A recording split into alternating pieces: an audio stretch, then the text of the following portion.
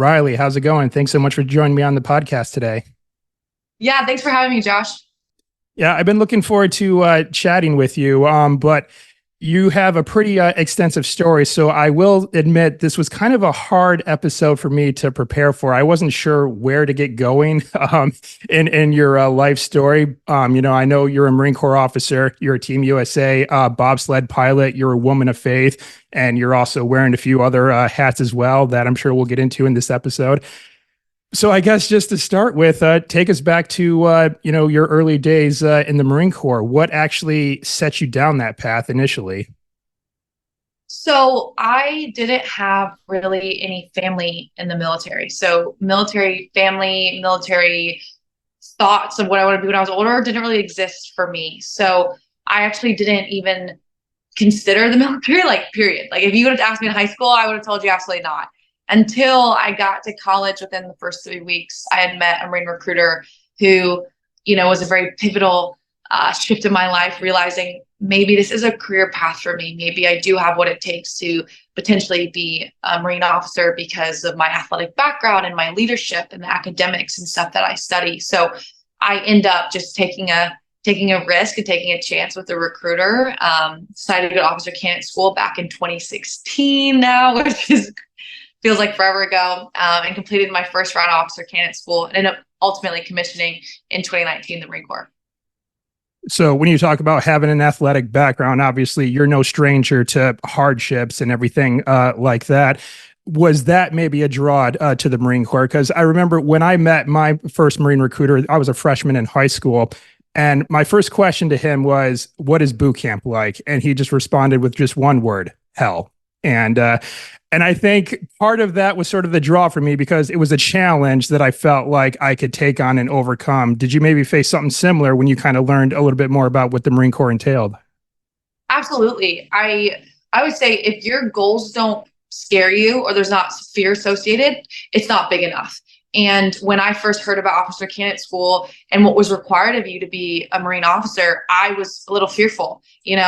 A Division I college athlete, a starting athlete as a freshman, and questioning whether or not I was going to be physically fit enough, I was going to be mentally strong enough after 18 years of playing a highest level of competitive sport. And I definitely felt that I was challenged in a way that I had never been challenged before. And ultimately, like you said, that was a big draw to continue on that career path, was because I loved how much it sucked. I loved the challenges that came my way, the adversity that I had never faced, physically, mentally, and emotionally.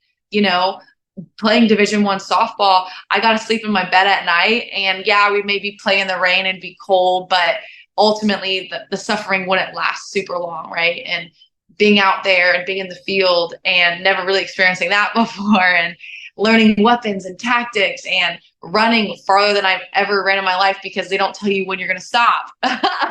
Stuff like that was just so awesome. And yeah, it was just like this fun game, this challenge that I just wanted more and more of. Absolutely. I mean, but still, though, whether you go through officer candidate school or you go through boot camp as an enlisted Marine, military training across the board is just going to come with a wide array of different challenges. Of course, you mentioned the physical, the mental, and everything along those lines too. So just kind of going through training on this path to get commissioned, what were kind of sort of like your, I guess I'll say inner mantras, like what was kind of going through your mind? What sort of pushed you through that to make it to the other end of all that training? Yeah, two things come to mind when you ask me that. One, my faith in Christ. Honestly, I knew when I was there, I had prayed and felt called to join the Marine Corps, and so I really, when things got tough or when there was hikes and I hadn't slept and I was starving and I miss my family, and you don't know anybody that's around you, right? You're getting screamed at and you feel like a failure. I just relied on my strength through Christ, and just really pray that the Lord would strengthen me and strengthen my spirit and help persevere past those flesh like hardships that I was going through at the time. And then the second thing was the people around me, was some of my candidates, men and women, that I befriended along the way. You can't do, I'm convinced, boot camp or officer candidate school alone. There's no way. There's a reason why you're in buddy pairs, right? There's a reason why you have a rack mate. There's a reason why you function in a fire team and a squad and ultimately, the platoon level. And when things got tough for me, I had people that were looking out for my back and vice versa, right? You're only as strong as your weakest link.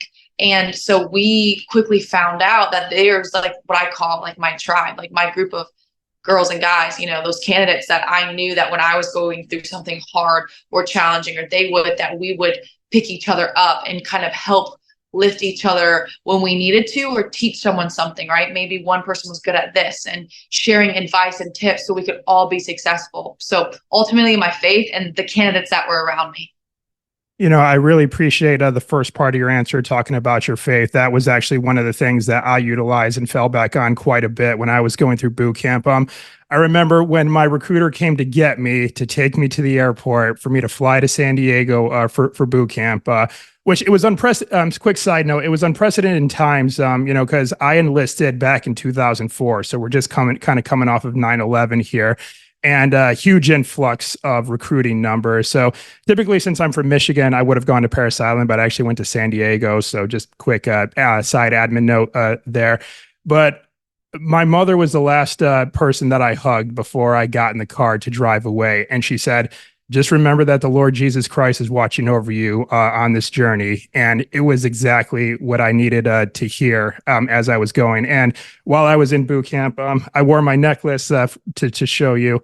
But the cross I got from my father, and my godmother got me a St. Christopher medal to, protect me, as a traveler of sorts in this case. So I really appreciate that answer. And has faith always kind of been a part of your life, or is this something you kind of sort of maybe picked up a little bit later on? Talk to us a little bit about that.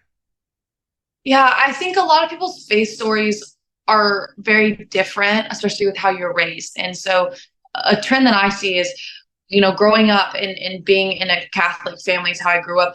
As a kid, you don't really have a say. And go whether or not you went to church. Like, it's Sunday, like you will go to Sunday school. It's Easter, you will go to church. Christmas, you will do this. And so I felt like I never wanted to go, to be honest, like as a kid and like growing up, right? Because I didn't have that understanding. And then eventually when I got to high school, I became a lot more curious, but I didn't fully understand. Like I would pray to God and I would feel a connection and then I wouldn't. And I think because I felt like it was forced and just being the rebel teenagers that we are in high school, right? We don't want to do what people tell us to do.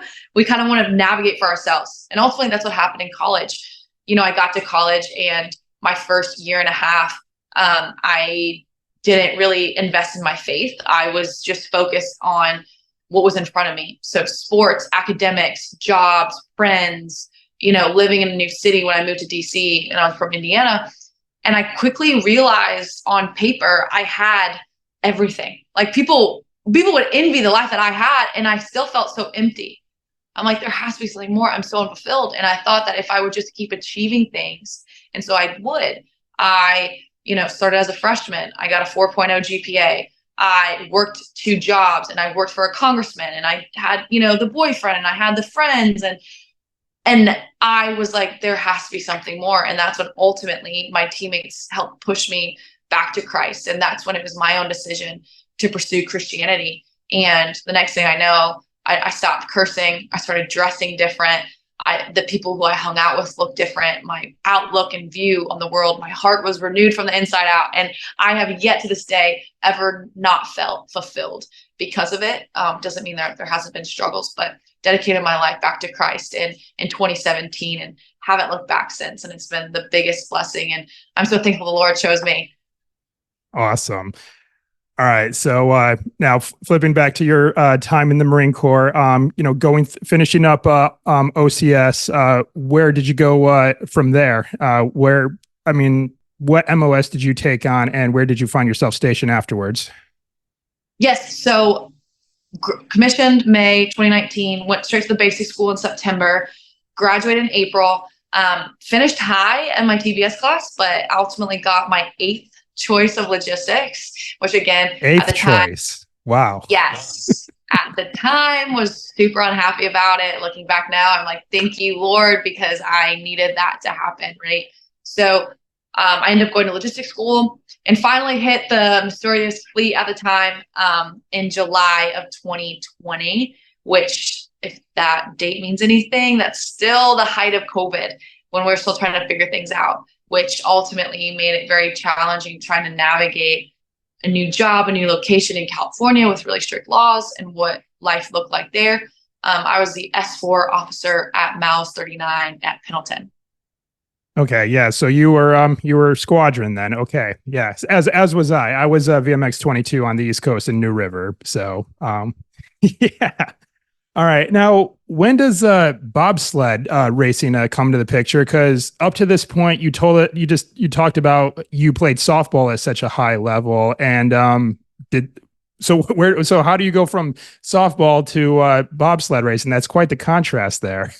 Yeah, so this works perfectly back in my story. So July 2020, get to California, ultimately find out I'm non-deployable due to the billet that I was holding. And as a new motivated second lieutenant, that is probably one of the most gut-wrenching things you can say is, hey, you're going to be here for 3 years and you're not going to deploy and you're not going to do any of the things that you really thought you were. And you're not a platoon commander. You actually are jumping up to being the primary S4 running logistics for 750 Marines, which was awesome, but at the time, not awesome. So I just felt that I was called to do something during this time, right? I'm like, there has to be a reason for this. And all my friends are gearing up for deployment and this, that, and the other. And so in about maybe August 2020, end of August, September, I saw that bobsled was having online tryouts because of COVID. It was online instead of in person. And I just saw that as something to train for, right? I've been training for something my whole career, softball, then eventually PFT, CFT, finishing well. The basic school has a bunch of physical fitness tests that by the time I got to the fleet, I didn't really feel like I was being challenged. Like there wasn't another test coming up. So I was like, well, let's just try this bobsled combine, very similar to an NFL combine, and see how I fit in. It's something to train for. And in that time, I'm just very bold, and I picked up the phone and I called the coach and I was like, hey, I'm submitting my videos. Here's who I am. I don't know if you've ever had a Marine do this. I don't know if it's possible, but I just have this gut feeling that this is something that I'm supposed to do. And you're going to see my video here in a couple of weeks. And I got invited in November of 2020 is the first time I ever touched a bobsled.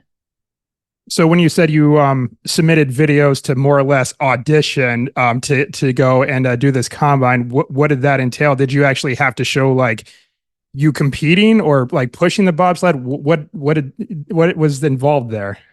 Yeah, so it was a 40-meter sprint. It was a get to know you highlight video. So I had different videos of me from softball, from weightlifting, from all this kind of stuff. Then it was, I believe, a jump. Yeah, it was a broad jump.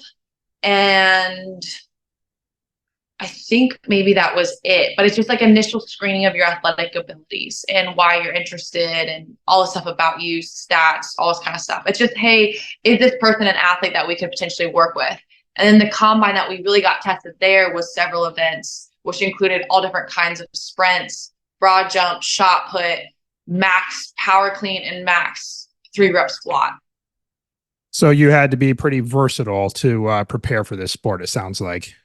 Yes. And that just gave me purpose at that time when I didn't really have anything to train for. All right, cool. So going there, what was just going through your mind showing up to do this? Because, this was a new thing and it sounds like almost like bobsledding kind of found you and with a little bit of you finding bobsled racing. So, I mean, just was imposter syndrome maybe something that you probably felt when you showed up to do this? Honestly, not really, because everyone else that was there never touched a bobsled either. Bobsled isn't a sport that you grow up doing like they do in Europe. Right. We grew up playing football, basketball, baseball, fill in the blank. And their sport experiences so many G-forces that roughly you don't see people doing this until they're 22 after college athletics. So everyone there was a top level Division I athlete to some degree. So to that extent, I felt like I belonged. because I was a Division I athlete too. I was like, great, I'm in the military. Like, I feel very confident about what I bring to the table. The imposter syndrome kind of like filters in when, I'm on the team now and I'm surrounded by the best of the best in the sport and Olympians, right?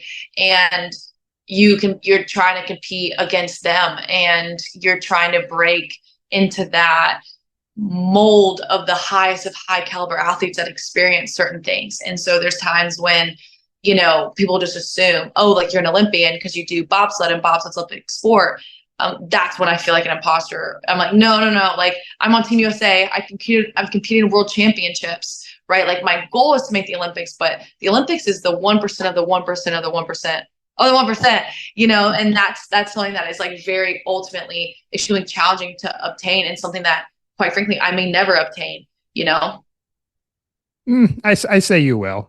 Yeah, because I have faith and I believe in you, Riley. All right. Well, I know absolutely nothing about bobsled racing, which is why I was really looking forward to this conversation. I always find that I learned a little bit of something from all my guests. So in this case, I get to learn about bobsled racing. So spoiler alert, you ultimately, like you said, you made it through the combine. Now you compete competitively with Team USA.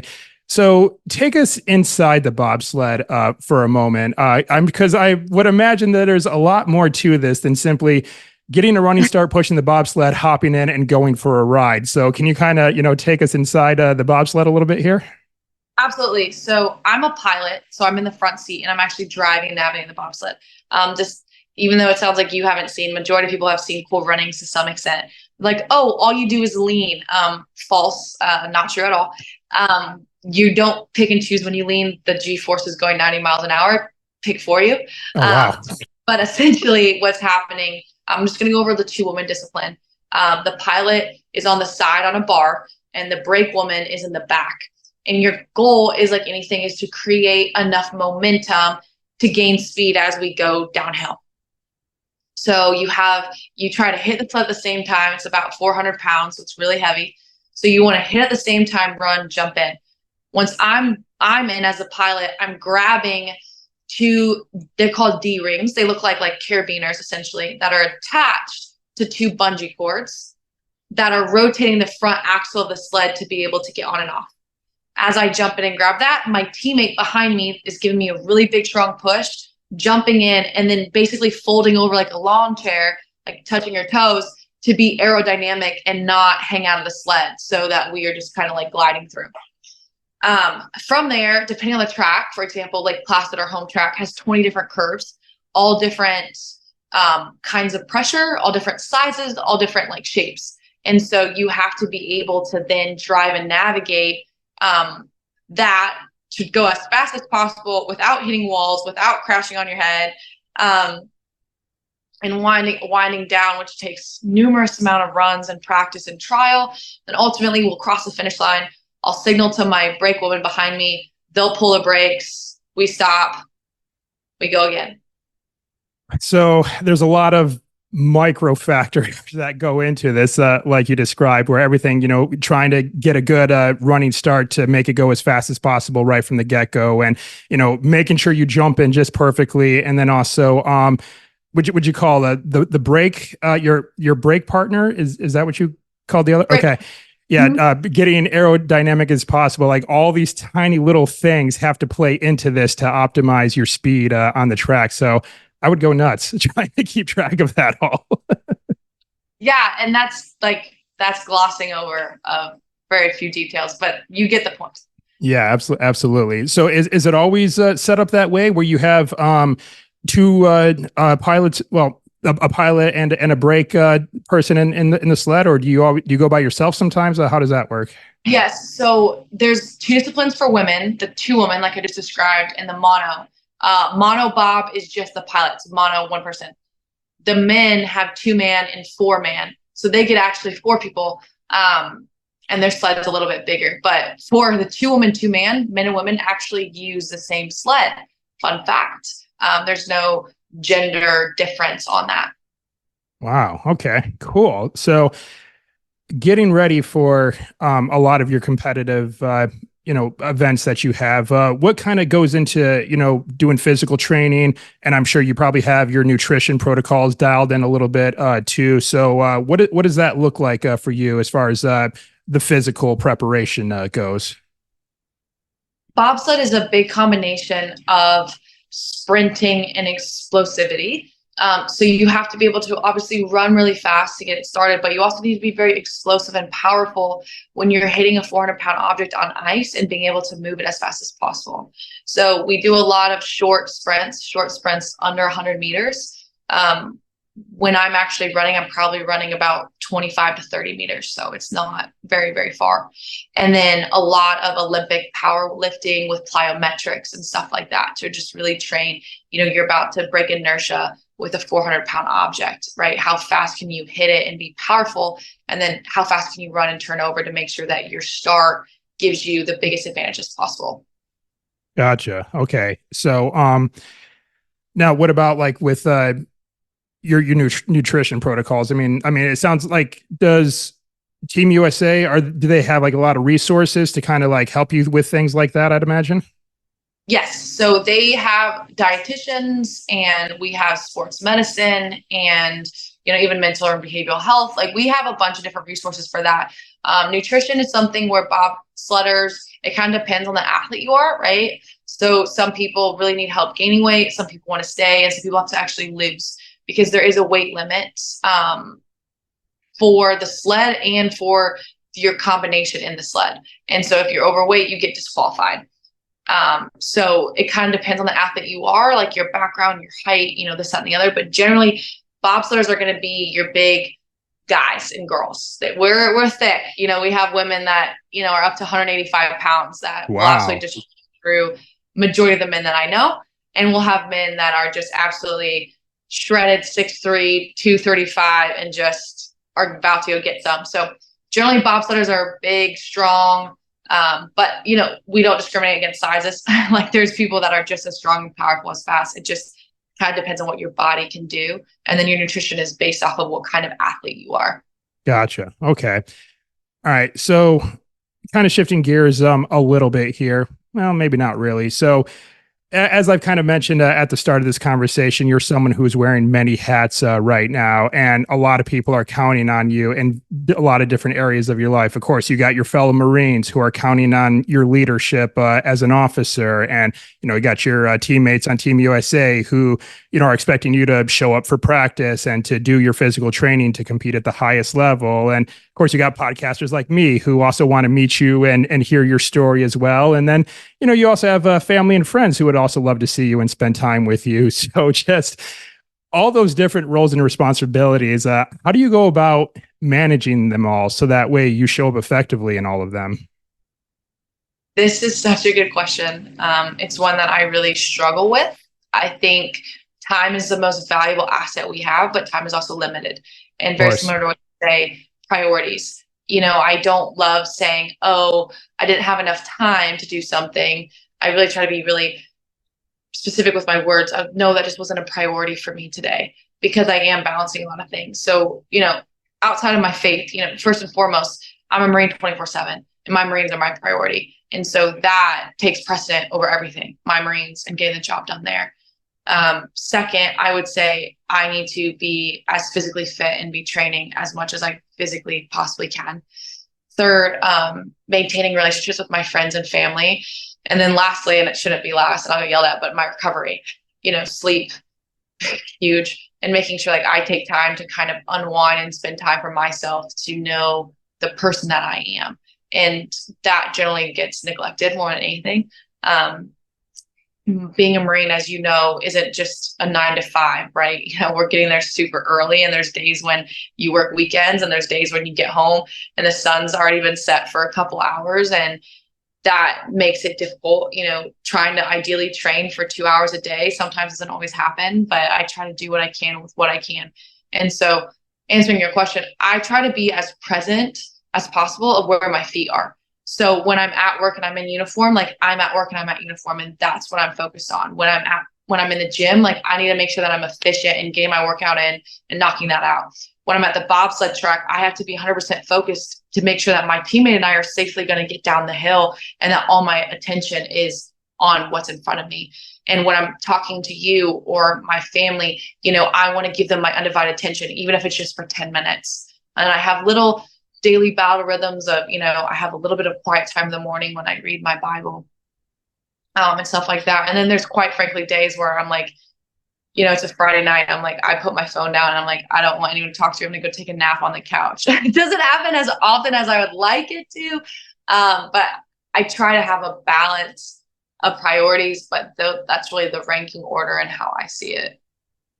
Well, one thing that stood out to me that you mentioned, you talk about just your recovery as well. I think that happens with like a lot of people when they have a lot of hats that they're wearing in their life, is that, yeah, their own health and wellness and the recovery kind of takes a back seat as to everything else. And then, but I kind of feel like that should be nudged a little bit up on the list, if I do say so. And some people may say that that's selfish to do so, but, I think, what might help in your case, it sounds like, is that, physical fitness is just a part of your life in general. I mean, not only just as a Marine, but also, as a bobsled pilot. And normally when people will ask me what can they do to kind of start like working on themselves or to improve their lives, I always start with physical fitness above like everything else, because that's just, I have a saying, your body is the vessel with which you will do all things. And if you have it running optimally, then all areas of your life are naturally going to improve. So I'd say that needs to be high up on your priority list just as well.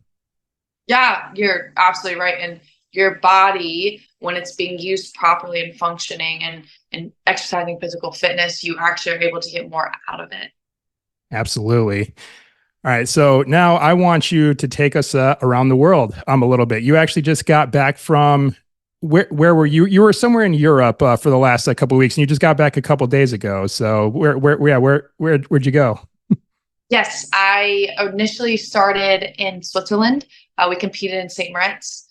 I actually decided to take a couple days. I went and explored Italy. We had a couple day break, and so me and some of my teammates decided to go somewhere we'd never been before. And then we rounded out our competitions in Austria, in Innsbruck, and ended up finishing really well there. I like that you brought up Switzerland. That's probably my favorite European country so far. I actually lived in Europe for a year. I don't think I mentioned this to you when you and I were connecting, but I'm an archaeologist by day, and I actually went to grad school in England, so I got to travel around Europe a little bit, cheap flights and all. Now, one thing that I'm kind of curious to ask you, and I ask this with all the women who come on my show who have done international travels. And I'm asking this mostly on behalf of women that I have in my life, but a lot of them want to go travel abroad, but they're often afraid to. Safety is something that they're kind of sort of concerned about, and especially to go by themselves. So was safety a concern that you had at all when you kind of first like started traveling abroad? And if so, how did you kind of manage that? Honestly, was never a concern for me. I'm somebody that I go and I do and I take risks and I do things. I actually, when I was 19, moved to Kyrgyzstan, Bishkek, by myself and lived Really? with a family.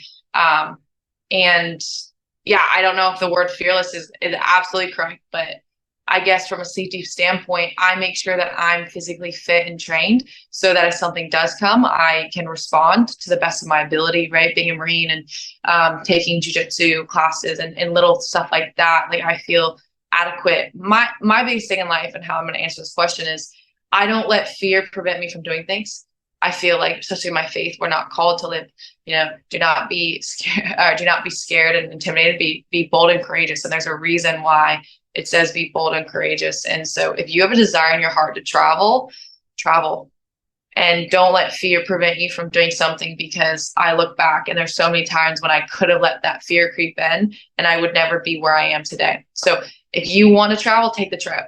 If you want to go see somewhere, go do it. And you do not need, for any women, you don't need a man or anyone else to make you feel secure, and so then that's hopefully empowers you. If you don't feel secure, do something about it. find a way to make yourself feel like you're a lethal weapon if you needed to. Obviously don't be ignorant where you are, right? I feel like there's safety should be paramount and something on your mind all the time, but take the trip. Yeah, absolutely. Now, are most of your bobsled competitions, are they abroad like this? Do you have any stateside that you do? I do, yeah. So my ones coming up here in March are in Lake Placid, New York. First half of the season, I competed in Lake Placid, New York, Whistler, Canada, and Park City, Utah. So my first, how many was that? 12 races were all in North America, but there are several tracks in Europe. So that's why I went to two big ones there. There's more over there. I just couldn't afford to stay over there any longer. So I had to come back here and train locally. Gotcha. Now, how's it been, being an active duty Marine? It sounds like you're getting a lot of support from your command and everything like that. And the Marine Corps in general, it seems like, has been pretty supportive of your endeavor to be a part of Team USA. So, kind of what's that dynamic been like as far as, you know, balancing that aspect, I would say.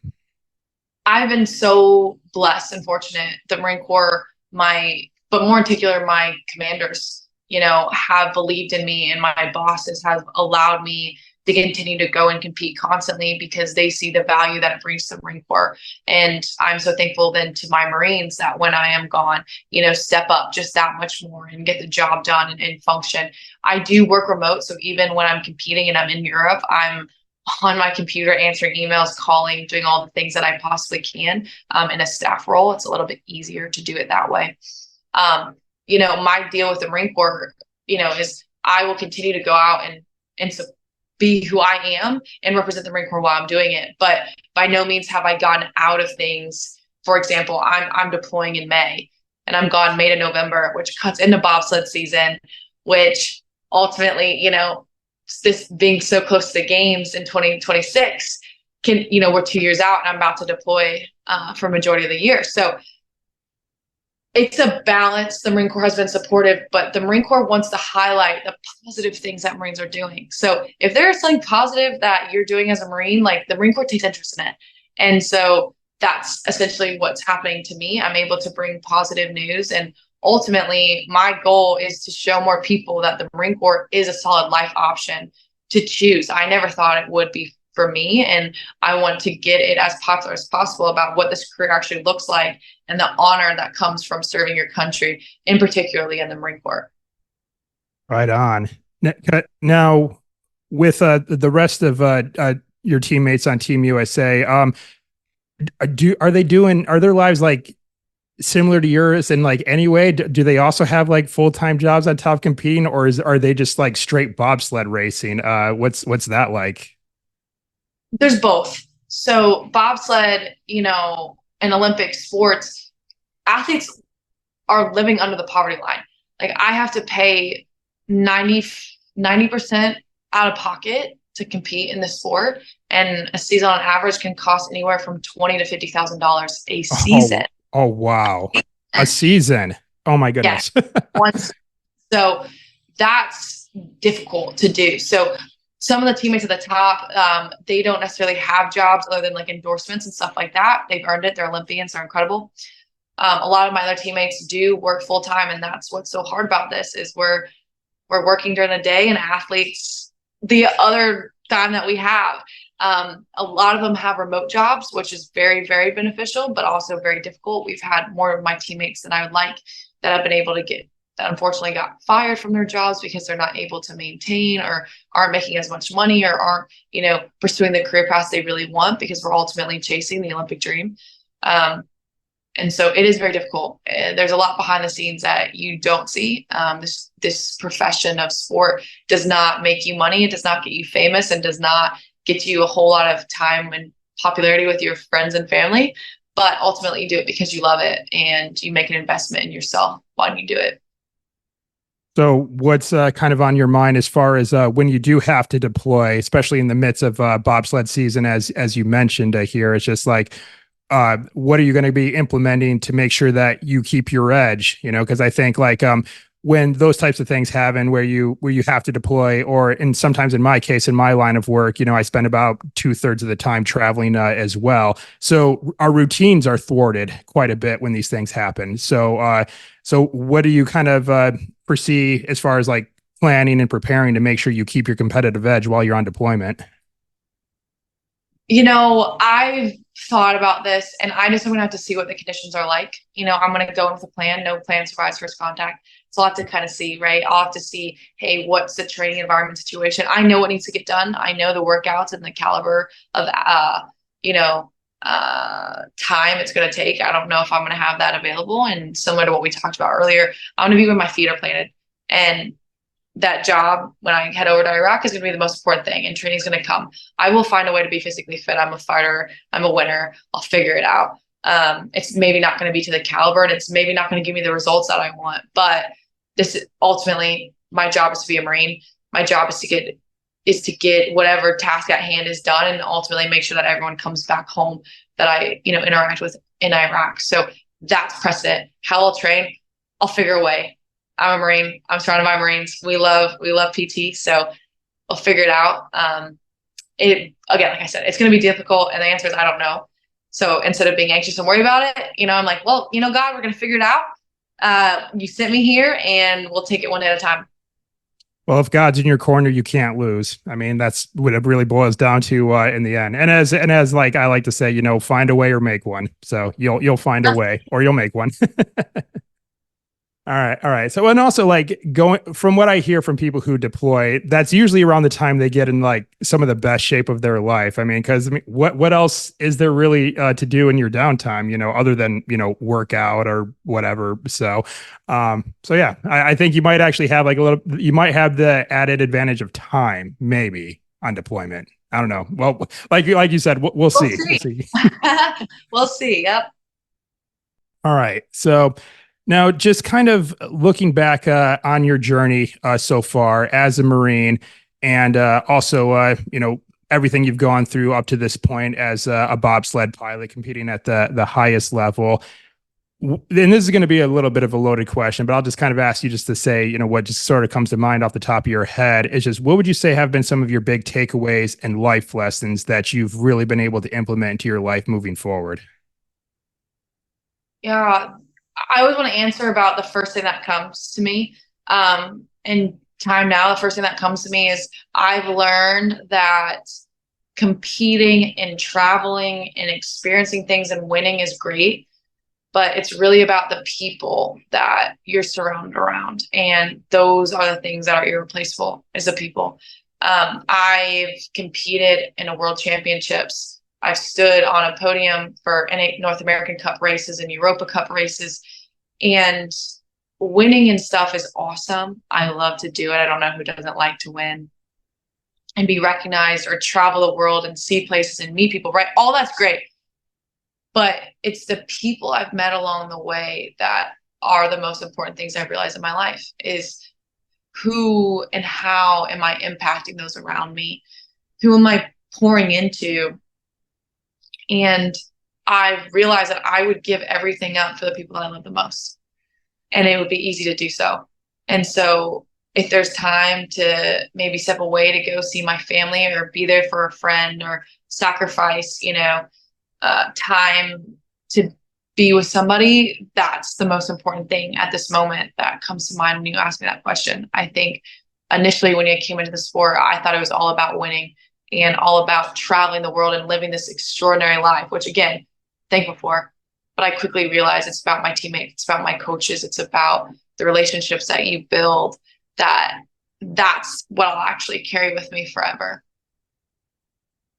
You just kind of I'm going to put my archaeology hat on here a little bit. This is a part of humanity that I've been diving into quite a bit. Like when I look back as to like humans being on this planet very early on, I always ask myself, what kind of came first? Was it compassion for people, or was there conflict amongst people? And the reality is that we are to this point as a human species because we've been able to come together and work together. So by nature, we're just social creatures. That's what it is. And me, I'm introverted in many sort of ways, but I kind of find that, yeah, I need to get myself involved in more things and, connect myself with good, high caliber people. So, I'm going to the gym.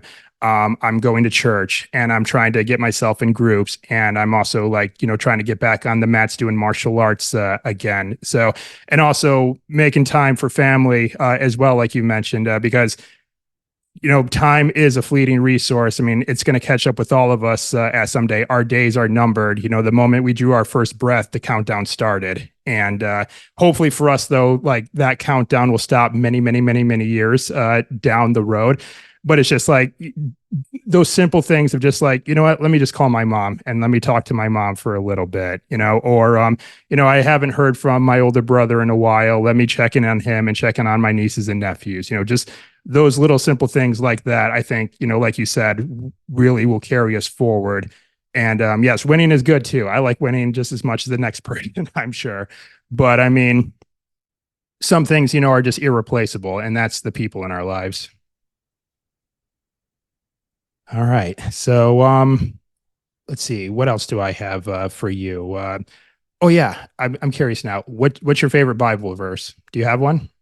Yes, and again, it kind of depends on the day, but recently I've just been hounding out Joshua 1:9. I already talked about it earlier, but do not be afraid, don't be fearful, be strong and courageous, for the Lord your God is with you wherever you go. And I think, again, fear is something that I've been seeing a little bit more in me recently because of the unknown, and just trying to dismiss the fear and instead replace that with boldness and courage and continue to go forward. Because if God's with me, like I said, when you said too, how do I not win? How do I not, I won't fail. Lord's never failed. he's got a great record, one that I would like to have. Awesome. Well, I'll share mine as well, since we're kind of talking about this. So my favorite is Proverbs 25:28. Like a city that's been broken into and left without walls is a person who lacks self-control. And it's a verse that I fall back on quite a bit, especially I won't dive too deep down this rabbit hole, but like, one of the things I fought in the past was addiction. And that is one of the things that, kind of pushed me through, on my journey to recovery.